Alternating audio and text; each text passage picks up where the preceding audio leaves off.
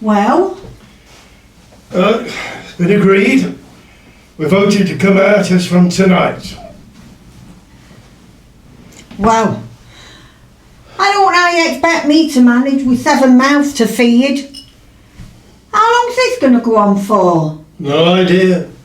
They say there's more than 2,000 out now, here and at Wheat Sheaf and Duns Lane.